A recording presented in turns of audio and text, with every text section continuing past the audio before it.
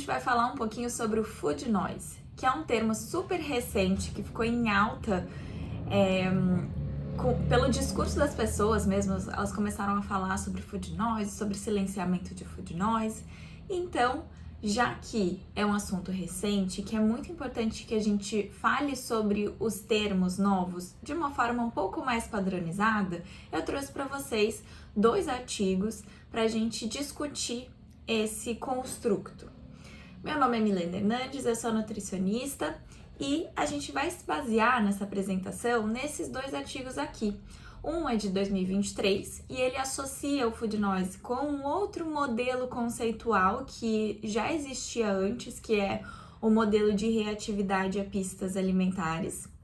E o segundo é de 2025, né? Na verdade não é o segundo, é o primeiro na imagem, é de 2025 e foi uma revisão feita por um painel de especialistas que se reuniu em um congresso. Tem um detalhe em relação a esse primeiro que aparece nessa revisão, que é um conflito de interesses com a indústria que fabrica o medicamento, que é o análogo de GLP-1, que está envolvido também nesse silenciamento do food noise. Então a gente pode fazer ressalvas, mas o que eu trouxe aqui já é um conteúdo bem filtrado dos 2 artigos e eu acho que eles se complementam de uma forma bem legal. Então a gente vai começar falando sobre o que os autores estão falando, né, na introdução, que é justamente sobre os avanços no tratamento medicamentoso da obesidade, e aí eles vão citar a cirurgia bariátrica e vão dar um destaque muito grande aos análogos de GLP-1. E aqui eu falo de análogos de GLP-1 porque esses artigos são de 2023 e 2025, então não deu tempo de englobar os análogos de GLP-1 e de GIP, que são os novos medicamentos, né, a tirzepatida. Então, realmente, aqui a gente vai mencionar só os análogos de GLP-1, a gente vai falar bastante de GLP-1, e com esses análogos eu tô querendo me referir a semaglutida, liraglutida, que antigamente eram utilizadas apenas para o tratamento do diabetes tipo 2, mas como consequência desse tratamento, os pacientes passaram a emagrecer e aí o medicamento se tornou um tratamento reconhecido para o tratamento para a obesidade também. Então, ele estava sendo utilizado como tratamento do diabetes e obesidade, e aí o que aconteceu foi que as pessoas passaram a deixar de sentir algo, né? Então a gente vê que realmente tem muitos efeitos colaterais, mas esse era um efeito benéfico, mais secundário, que era justamente a redução do food noise. Então, na verdade, eles sentiram o silenciamento, a redução de algo e chamaram esse algo de food noise. Então, o termo passou a ganhar notoriedade através da sua ausência. As pessoas deixaram de sentir e começaram a nomear essa sensação de food noise de uma forma popular mesmo. Os próprios pacientes começaram a relatar isso nas redes sociais e na internet, né, no geral. Então, antes da gente conversar sobre o food noise em si, a gente vai falar sobre os mecanismos dos análogos de GLP-1, para a gente tentar entender como ele surgiu, né, do relato dos pacientes que estavam fazendo uso dessas medicações, qual que seria o caminho, por onde que a gente veria esse surgimento do food noise na nossa sociedade, no nosso organismo, no organismo das pessoas. Então, primeiro, os análogos de GLP-1, eles vão se ligar, eles vão ativar os receptores de GLP-1 em vários tecidos, em vários órgãos. Aqui a gente vai destacar alguns. O primeiro é o trato gastrointestinal, então a gente não pode deixar de falar dele, né? O GLP-1 naturalmente é produzido no nosso intestino e ele atua no próprio intestino, mas ele vai ter um efeito que vai ser um efeito um pouco indireto, porque a gente não tem receptor de GLP-1 no estômago, mas tem esse efeito muito forte de atraso no esvaziamento gástrico. E, consequentemente, a gente atrasa um pouco também essa absorção de glicose. Então, entre as refeições, essa pessoa vai se sentir mais saciada, porque ela tá demorando mais para esvaziar o estômago. Outro destaque também que a gente não pode deixar de falar, né, no início, o medicamento era utilizado para o tratamento de diabetes, então o GLP-1 tem o seu receptor lá no pâncreas e aí vai haver um controle maior dos níveis de glicose no sangue. E por último, o sistema nervoso central, que aí é um grande ponto para a gente tentar entender o food noise. Esse patinho com pontos de interrogação tá aí justamente porque não temos certeza das coisas ainda que estão relatadas aqui.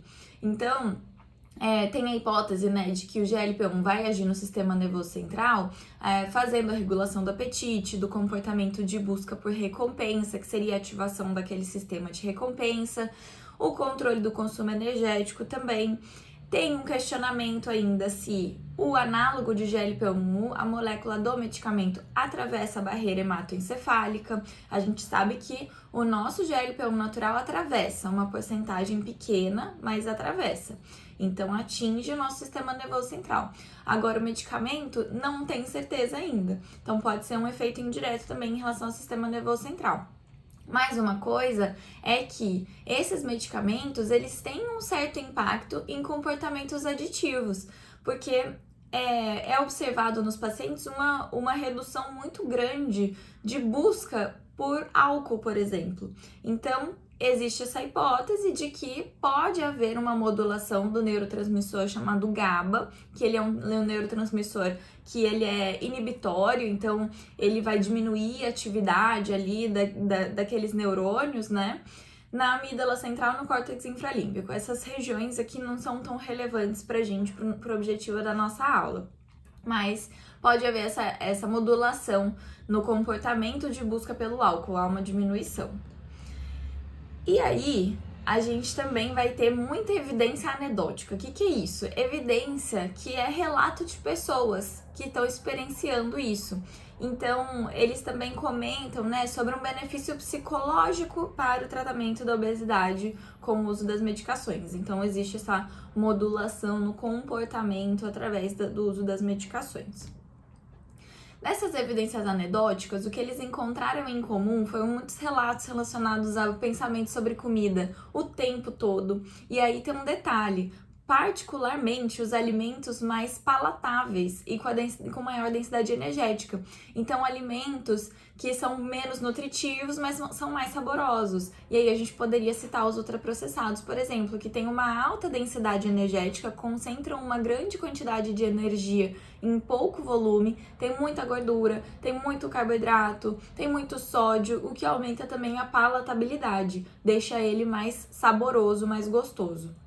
Outra questão também encontrada, né, em comum no relato dos pacientes foi que eles se sentiam tentados a acessar aplicativos de delivery várias vezes no dia e também pensar na próxima refeição que irão fazer enquanto estão comendo. Então é como se você estivesse tomando café da manhã pensando no almoço, almoçando pensando no lanche, lanchando pensando no jantar. Então, enquanto você está comendo, você também está pensando em comida. Então é um pensamento que invade ali qualquer momento.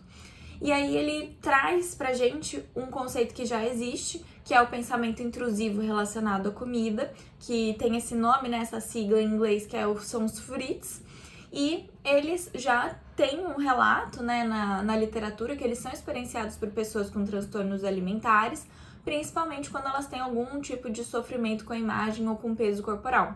E que esses pensamentos intrusivos relacionados à comida, eles vão contribuir para a gente comer em excesso, para a gente ter algum comportamento alimentar que é disfuncional, e isso pode ser uma barreira para a mudança do estilo de vida. E esses pensamentos intrusivos relacionados à comida, eles não traduzem o food noise. Então, o food noise é outro conceito. Isso é importante também da gente mencionar. Nenhum conceito que eles trouxeram aqui traduz literalmente o food noise. Então, por isso a necessidade de estudar o food noise, porque ele parece ser uma coisa que não existe ainda, que precisa ser descrita, né, pela literatura. Então, para resumir o food noise, a gente tem que lembrar que pensar sobre comida é completamente normal. A gente precisa pensar em comida, que está associada à nossa sobrevivência. É super normal você pensar na sua comida, o que você vai comer, aonde que você vai encontrar comida. Mas o que não é normal, né? Da onde que vem a parte disfuncional? Porque o food noise a gente tem que entender, ele é disfuncional, ele não é uma coisa boa. A gente hoje em dia tem muito juízo de valor atribuído aos alimentos. A gente fala que uma coisa é boa, uma coisa é ruim, uma coisa engorda, uma coisa emagrece. Isso aqui tem muita proteína, é bom. Isso aqui tem muito carboidrato, é ruim. Então a gente tem muitas informações sobre comida e muitas informações diferentes sobre comida. A gente também tem muito marketing de alimento, muito marketing de ultraprocessado. Então, a gente está assistindo um vídeo, aparece uma propaganda de alimento. A gente tá rolando as redes sociais, aparece propaganda de alimento. Seja ela explícita, né? Um patrocinado mesmo, ou implícita. Alguém que você conhece, alguém que você segue, tá fazendo a propaganda desse alimento. E também a gente tem muito acesso a alimento. Qualquer lugar que a gente vai, a gente encontra alimento. Não é qualquer tipo de alimento. É justamente o alimento muito palatável e com uma alta densidade energética. Então, se você for na farmácia, você vai encontrar ultraprocessado lá. Se você for na banca de jornal, vai ter ultraprocessado lá. Mas não é todo lugar que a gente encontra um alimento in natura. Principalmente quando a gente fala de lanches. Quando a gente fala de almoço e jantar, é um pouco mais fácil da gente encontrar, de assim, dar uma volta no quarteirão e você encontra um restaurante ou outro. Mas para você fazer um lanche, é muito difícil de você encontrar um lugar que realmente vai ter alimento in natura, sem nenhum ultraprocessado. E aí, esses pensamentos, né, na verdade, essas informações vão gerar pensamentos de qual comida é saudável, essa comida engorda, essa comida emagrece, qual comida vai ser socialmente aceita, o que eu posso comer que ninguém vai me julgar. Então, são os pensamentos sobre comida que são persistentes, são desagradáveis, a gente não quer pensar nisso, a gente não quer sentir isso. Então, o Food Noise não é legal. O Food Noise é essa hora em que esses pensamentos sobre comida começam a ser muito presentes, muito persistentes e ruins, desagradáveis. Ninguém quer ter esse pensamento em excesso. Então, eu trouxe 2 relatos de pacientes que são descritos, né, num desses artigos, para vocês entenderem a seriedade e como isso pode afetar a vida de uma pessoa. Essa daqui é uma pessoa que está passando por um processo de emagrecimento, que já foi descrito que aumenta o food noise. Quando a gente passa a fazer uma dieta de restrição, o nosso food noise, ele pode aumentar, né? As pessoas que já têm uma predisposição individual para ter o food noise, vão ter o food noise alto quando passam por essa restrição alimentar. Então, essa pessoa disse o seguinte: sinto como se isso estivesse sempre na minha mente.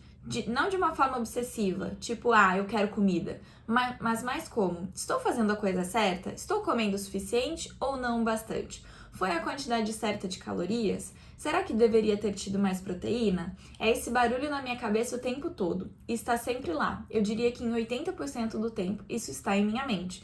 Então, 80% do dia dessa pessoa tem pensamento sobre comida presente. Ela está trabalhando, ela está pensando em comida.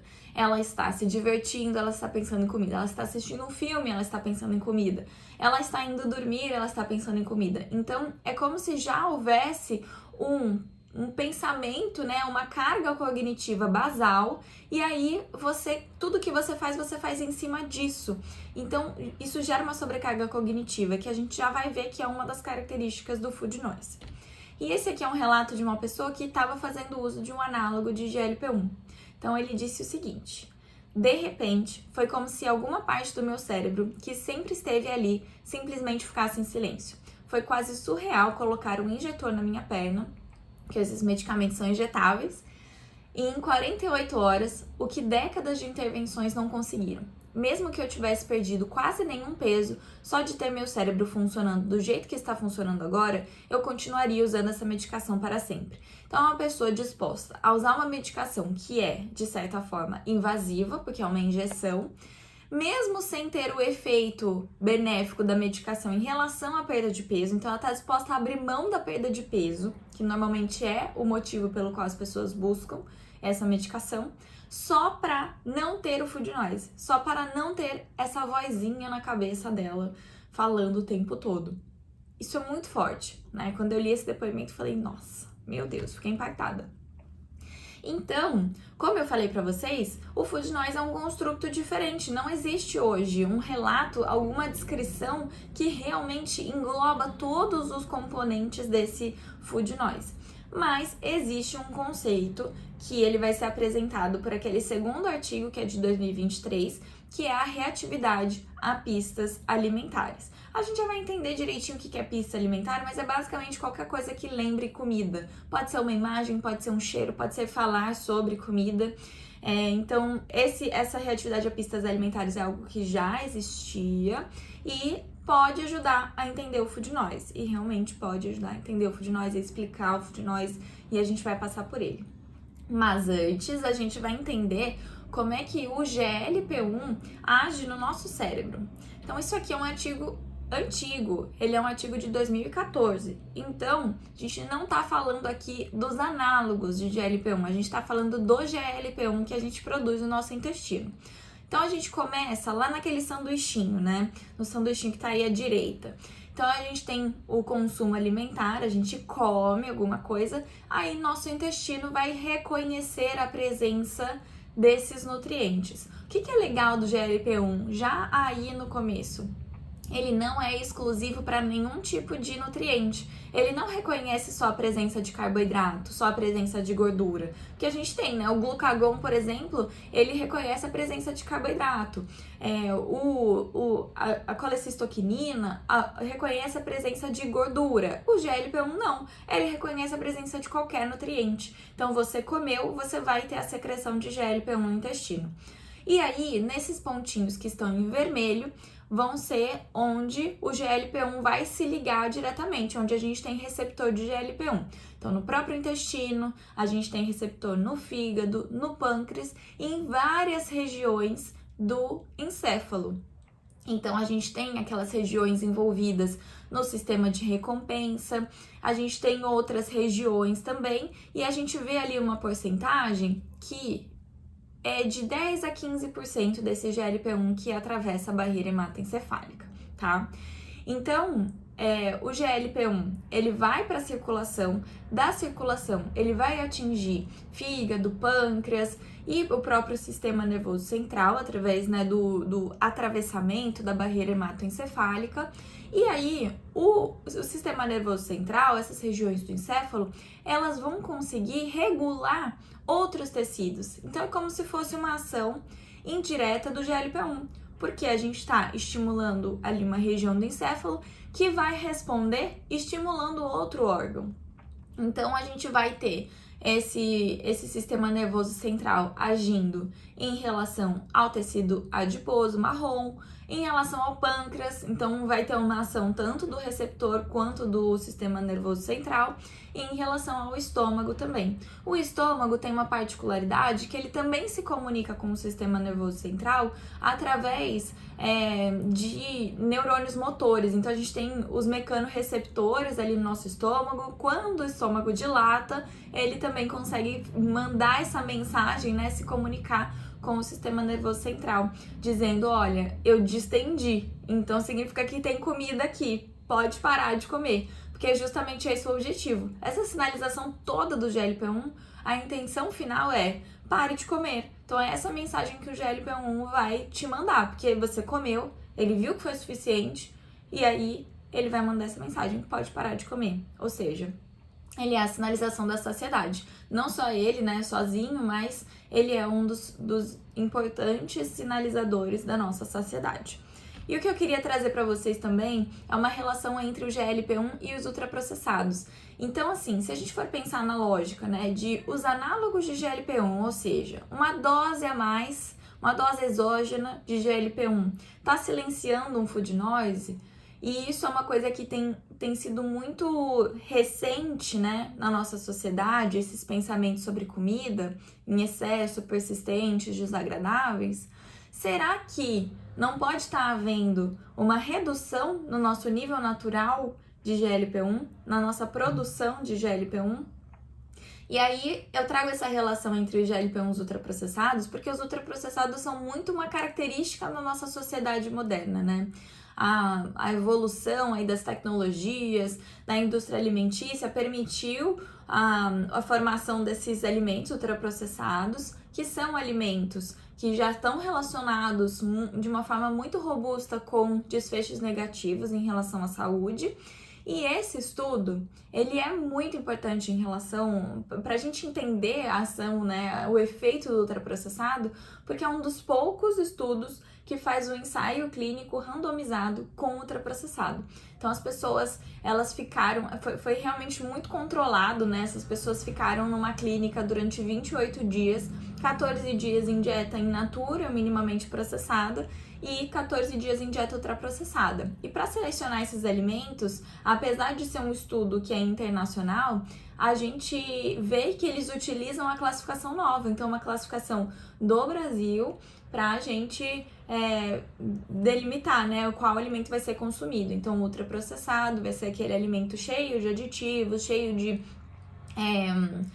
muito rico em açúcar, muito rico em gordura, muito rico em sódio, com esses aditivos cosméticos, né, para mudar o sabor do alimento, para mudar o cheiro do alimento, os aromatizantes, corantes, edulcorantes também. E o alimento in natura, minimamente processado, é aquele que é formado apenas por um alimento. Então a gente tem a matriz alimentar muito preservada, né, nesse alimento in natura e minimamente processado.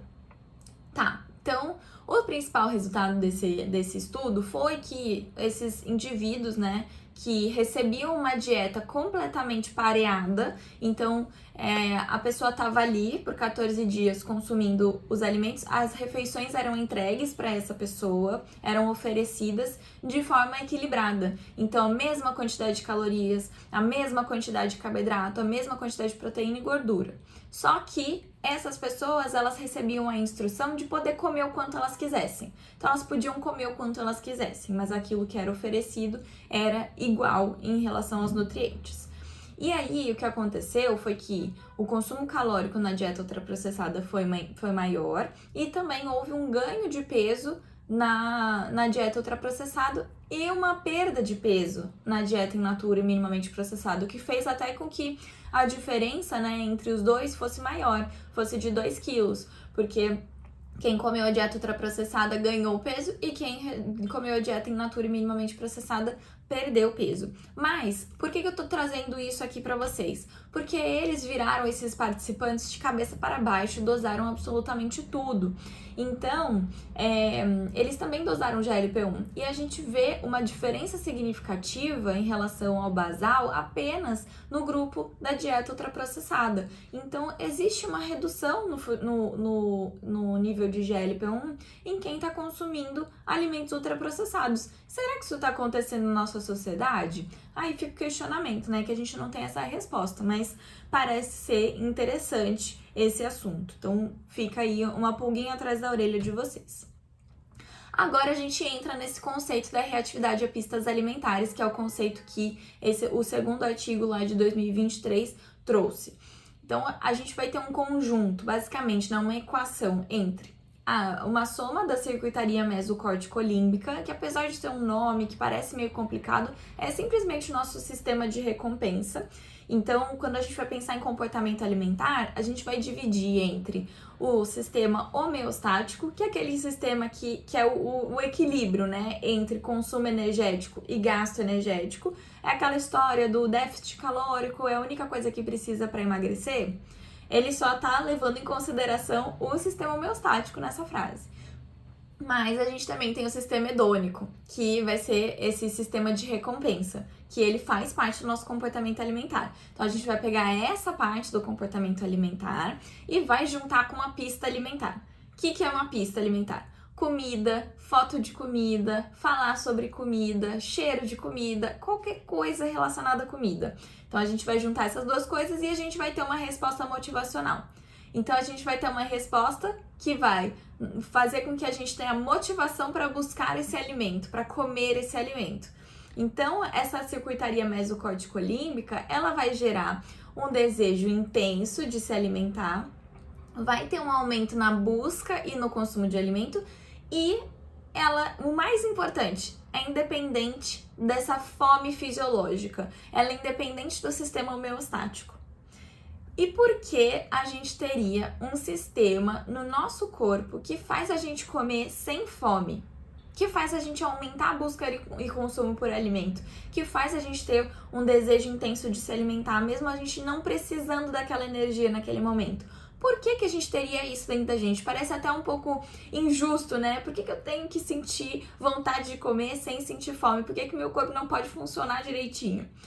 Então, na verdade, isso é um mecanismo que foi muito importante para a nossa evolução.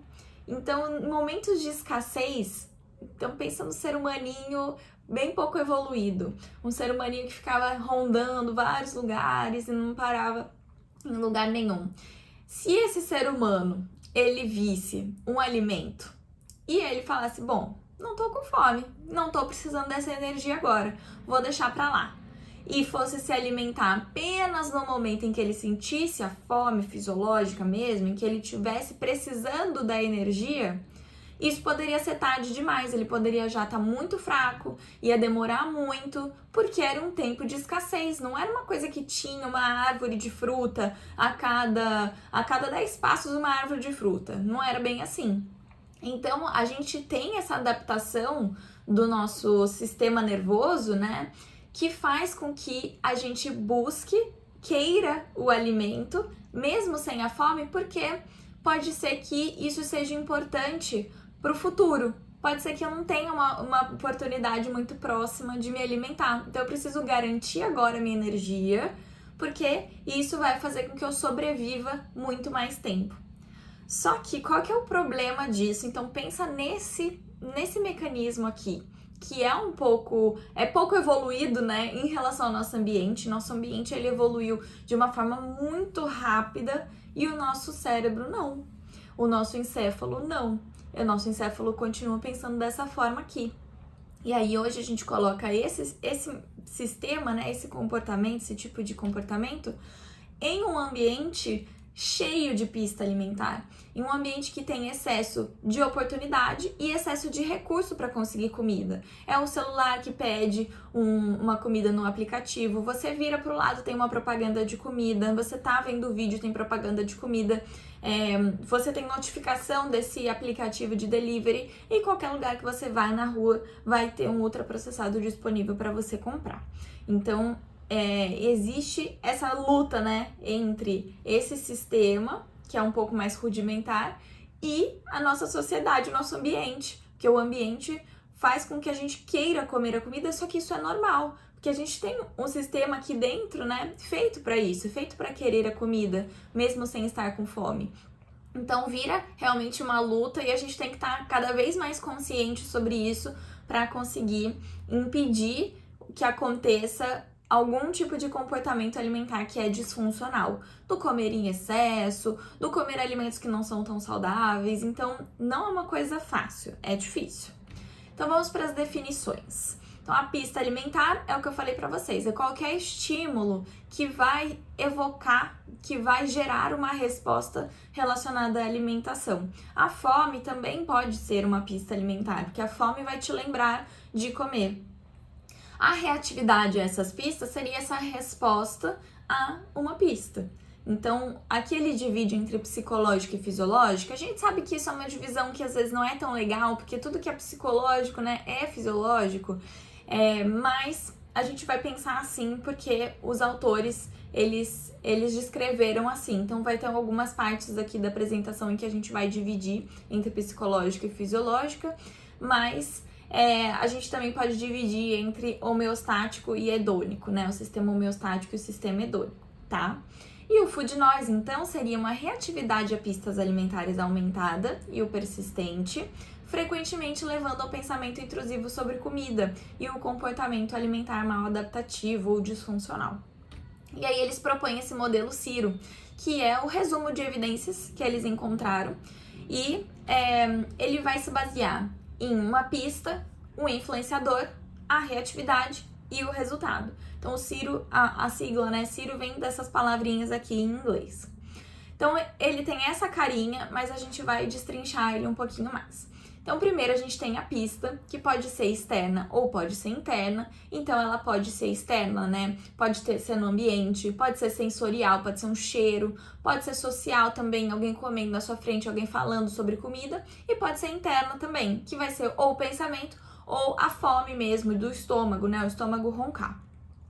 Os influenciadores, então, quem vai influenciar essas pistas, né, vão ser tanto influenciadores que ele chama de contínuos ou constantes e influenciadores transitórios. E aí também tem essa discussão sobre o influenciador transitório, ele pode se tornar contínuo em algum momento, mas eu vou descrever aqui como tá. Então, os influenciadores constantes seriam a genética, o peso, e eu entendo que vocês possam estar pensando que o peso pode ser transitório, mas aqui o que eu entendi foi que são coisas que não mudam do dia para a noite. Então, o peso ele permanece constante pelo menos durante um dia, durante alguns dias ou algumas semanas. Porque na hora que ele vai falar dos transitórios, ele fala, por exemplo, da hora do dia, que é uma coisa que muda, né, a cada momento. Então, os constantes, né? Genética, peso, os traços apetitivos, né? As preferências alimentares e também a capacidade de regular as emoções. E os transitórios seriam hora do dia, ambiente, atividade física, sono, estresse, estado emocional e também os níveis de hormônios reguladores do apetite. Depois a gente tem a reatividade, que seria essa coisa mais homeostática, né, do equilíbrio, as manifestações biológicas, que aí a gente tem mudança de pressão, mudança de batimento cardíaco, a mudança em relação à atividade gástrica, essas questões que a gente vai considerar mais fisiológicas e também as psicofisiológicas, né, ou como ele chama aqui, as psicológicas. A gente vai ter o craving, né, aquela vontade intensa de comer, questões também relacionadas à atenção, que a gente pode ter uma mudança, a antecipação de um reforço positivo, a antecipação de uma recompensa, uma preocupação maior com a comida, então até o aumento, né, da sua percepção do nível de fome. Então esse daqui seria já a reatividade, né? Como é que a gente vai ver que é a soma da pista com o influenciador vai ocasionar uma reatividade e aí por último o resultado. E aí o resultado no curto prazo vai ser comer mais ou aumentar esse comportamento de busca por comida, querer comer mais. E no longo prazo, aí a gente tem várias consequências, né? Que principalmente vão ser as consequências do comer mais ou do buscar mais comida.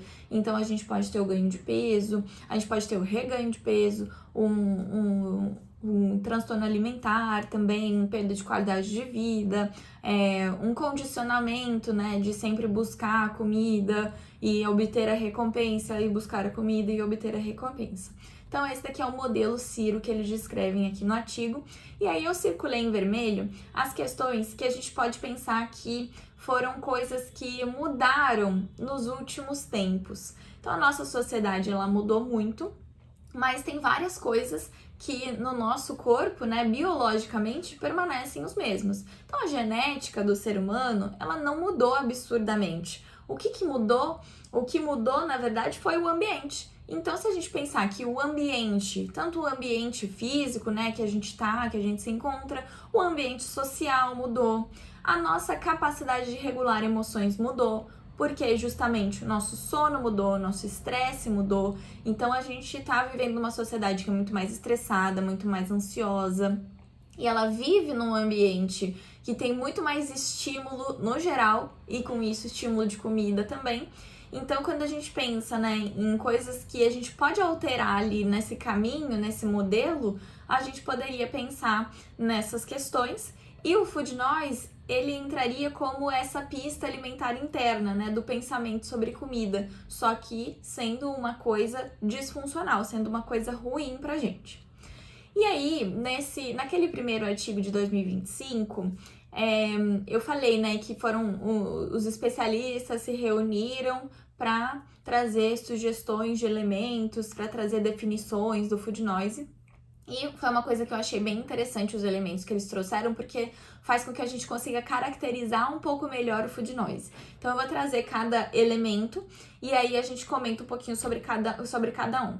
Então, como eu falei antes, quando a gente tem o Food Noise acontecendo, a gente já tem uma base, né? Tudo que a gente faz, a gente vai fazer em cima disso. E isso vai gerar uma sobrecarga cognitiva.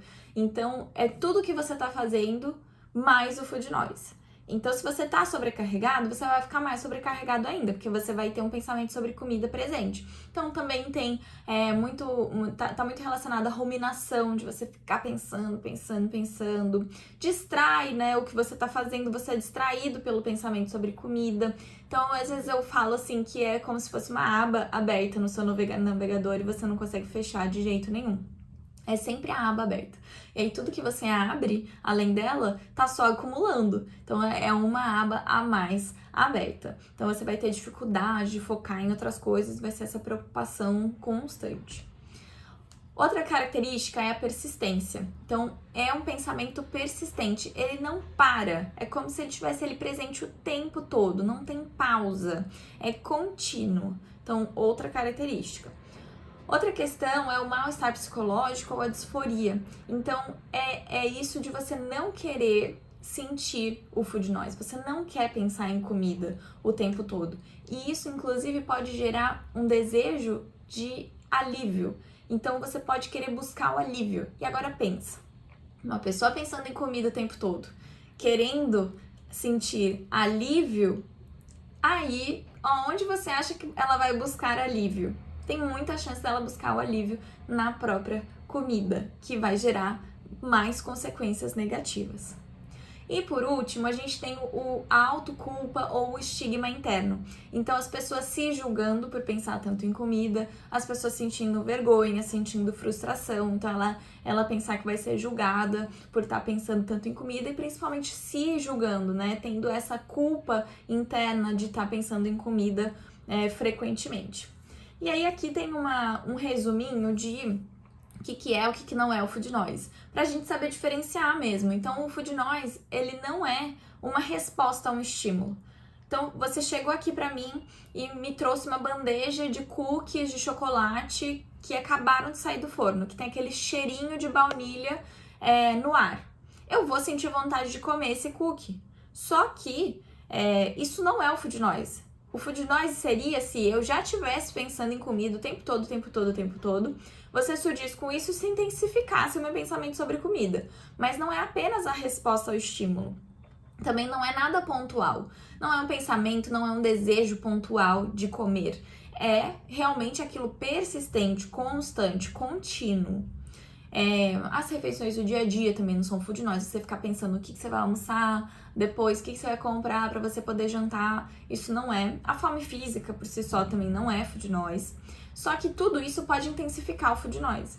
Então, o food noise vai ser sempre disfuncional, uma forma disfuncional de pensar em comida. Pode ser associado também à ruminação, né? Pensamentos obsessivos, pensamentos intrusivos, pensamentos repetitivos. O pensamento que vai interferir no funcionamento cognitivo normal, ele vai ser exacerbado por essas situações que eu comentei. Pode ser associado a experiências de pacientes com transtornos alimentares e ele não é desejado. As pessoas não querem pensar em comida, mas elas ficam pensando em comida o tempo todo. Esse slide eu trouxe só para mostrar para vocês que tem diversas formas de avaliar a reatividade a pistas alimentares e, consequentemente, né, talvez o food noise, se a gente conseguir definir ele um pouco melhor. Então, dá pra gente avaliar as questões fisiológicas, dá pra gente avaliar as questões psicológicas, né, que seria mais a gente dividir entre sistema homeostático e sistema hedônico. E aí existem vários testes, a gente tem a ressonância magnética funcional, eletroencefalograma, magnetoencefalograma, várias escalas. Então a gente tem as escalas de craving, né, do desejo intenso de se alimentar, a gente tem as escalas de preocupação com comida, e essas escalas, né, elas foram usadas também para a formação de uma própria escala sobre food noise, para mensurar um food noise. Então, isso foi visto por aquele painel de especialistas. Então, eles usaram alguns questionários. Então, tanto a escala de preocupação com comida, o questionário de craving, né? E também esse terceiro teste, que é um teste para detectar transtornos alimentares. Então, eles reuniram alguns itens desses questionários e eles selecionaram 10 experts daquele painel para avaliar em relação à clareza, relevância e representatividade do food noise, daqueles elementos do food noise. E aí, por fim, eles obtiveram 27 itens com alto nível de concordância entre esses especialistas e eles adicionaram mais 2 só para ter a representatividade de todos os elementos do Food Noise, que é aqueles que a gente acabou de ver: sobrecarga cognitiva, persistência, disforia e o autoestigma. E aí eles geraram um rascunho. Esse é só um rascunho, não tem nenhuma validação, não tem nem validação para o português, então é o rascunho em inglês que eles fizeram.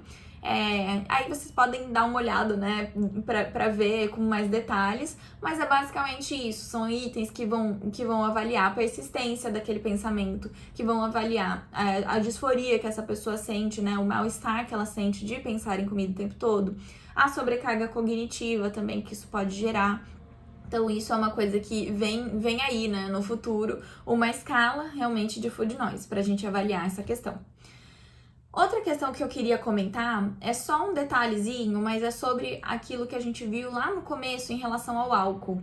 Então, os análogos de GLP-1, eles estão sendo estudados como moduladores, né, também de comportamentos aditivos. E aqui a gente tem evidências apenas em modelos animais, tá? Então, a gente não tem evidências ainda em humanos, mas tem essas hipóteses em relação à modulação do neurotransmissor GABA, principalmente por causa da diminuição do consumo de álcool em pessoas, né, em humanos. Então, as evidências em modelos de origem animal, elas vão dizer o seguinte, né? Primeiro, a gente tem que entender que o uso indevido de substâncias, que aí a gente pode considerar o álcool, as drogas, e até se a gente pode considerar um pouco a comida também, ela vem de alterações nas vias dopaminérgicas, que são aquelas vias que estão envolvidas também no nosso sistema de recompensa, né? De buscar aquela substância, aquela coisa.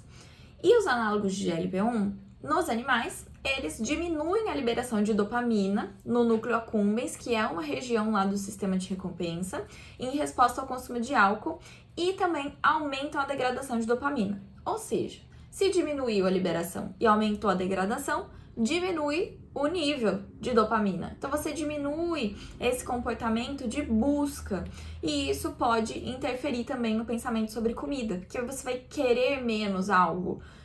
Mas isso realmente é uma evidência em animais e a gente aguarda aí para ver os próximos resultados em relação aos humanos. Aí a gente tem um ponto muito importante: as implicações desse Food Noise na saúde pública. A gente tem intervenções que o Estado pode fazer, né? Ele pode reduzir a exposição às pistas alimentares, então mudar o ambiente e, consequentemente, mudar os influenciadores. Então, é claro que ele não vai mexer no pensamento das pessoas, isso vai ser feito de uma forma muito mais individual, mas o ambiente é uma coisa que se pode controlar. Então, quando a gente pensa até em relação à propaganda, né, regulação de propaganda, a própria rotulagem nutricional frontal, isso tudo são formas de você regular a exposição a essas pistas alimentares, porque mesmo expondo a pistas, você pode expor a pistas com um alerta, você pode expor a pistas com um rótulo mais informativo. Uma coisa muito importante para a gente falar é que os análogos de GLP-1, eles não devem ser considerados tratamentos isolados, e aí os autores vão mencionar que os resultados, eles não vão ser tão legais quando os pacientes não fazem a mudança do estilo de vida junto com o uso da medicação. E também ele menciona casos de sintomas depressivos e ideação suicida em algumas pessoas que utilizaram o medicamento, mas essas afirmações vêm de casos que estão em investigação, tá? Mas então a gente não tem evidência dessa associação, é só algo que o autor comenta sobre. Então, basicamente, em relação à saúde pública, a gente vai ter primeiro, né, ele fala da equidade ao acesso às drogas e os tratamentos comportamentais também. Mas, muito mais importante do que focar no medicamento é a gente focar no ambiente, que a gente viu que realmente é a principal coisa que mudou nos últimos tempos, é o ambiente. Então, além de uma regulação da exposição às pistas alimentares, que pode ser feita através da propaganda, da rotulagem, a gente vai ter também que fazer uma redução nas barreiras motivacionais para a busca de tratamento, que é algo que ele identifica, que existe muita discriminação de peso nos serviços de saúde, então em consultórios ou serviços públicos de saúde, existe julgamento, existe discriminação de pessoas gordas, de pessoas com obesidade, e que isso tem que diminuir e que isso tem que acabar, para que a gente possa fazer com que qualquer pessoa consiga buscar o tratamento mais adequado. Porque existe chance também dela buscar esse tipo de tratamento de uma forma que não vai ser legal, não vai ser com acompanhamento, e isso pode ser muito perigoso para essas pessoas. Então, é muito importante a gente falar sobre o Food Noise. Ele é um conceito muito legal, muito recente, que faz com que a gente enxergue o ambiente como o principal causador do aumento da prevalência da obesidade. Então a gente deixa de culpabilizar o indivíduo e a gente passa a olhar também para o ambiente, que é esse ambiente que a gente chama de ambiente obesogênico, né? Que ele tem as condições ideais ali para o desenvolvimento de doenças metabólicas, de doenças crônicas não transmissíveis. Então, quando a gente tem algo com um mecanismo muito bem descrito, com uma base fisiológica bem determinada, que é o caminho que o Food Noise está indo, a gente consegue guiar as políticas públicas que regulam as pistas alimentares com muito mais força, com muito mais embasamento. Então, a gente já tem a nossa rotulagem aprovada, né, que é essa em formato de lupa, mas a gente pode melhorar. A gente pode ter rotulagem em relação a alertas, né, em relação à quantidade de cafeína, a quantidade de adoçantes que tem nos alimentos, porque existe também esse movimento de alimentos que são altos em açúcar adicionado, passam a adicionar mais adoçante, diminuir a quantidade de açúcar, só para não ter a rotulagem, só que aí você vai estar consumindo mais um aditivo, que vai ser um edulcorante, um adoçante. Então a gente também precisa regular esse tipo de componente. E a propaganda, que a gente tem muita publicidade infantil com ultraprocessado e a gente precisa regular de alguma forma, ter uma regulação de acesso, ter uma regulação que pode ser uma coisa semelhante à rotulagem também, algum alerta na propaganda, para que a gente consiga diminuir essa exposição mesmo, né, a pistas alimentares no ambiente. E aí a gente consegue também, quem sabe, reduzir o food noise dessas pessoas que estão sofrendo tanto com isso. Então, era isso que eu queria trazer para vocês. Agora eu abro para uma discussão, o que vocês acharam, o que vocês pensam sobre isso. Vocês se identificam também com essas características do food noise? É algo que tem surgido, é muito legal também poder dar nome para as coisas, né? De juntar todas as características e falar sobre um conceito, um construto. Então, quero saber agora de vocês o que vocês acharam. Mas antes, agradecer bastante a vocês que estão aqui presentes, a vocês que assistiram, e eu aguardo os comentários para saber o que vocês acharam sobre isso, se vocês têm alguma dúvida. Muito obrigada e a gente se vê na próxima.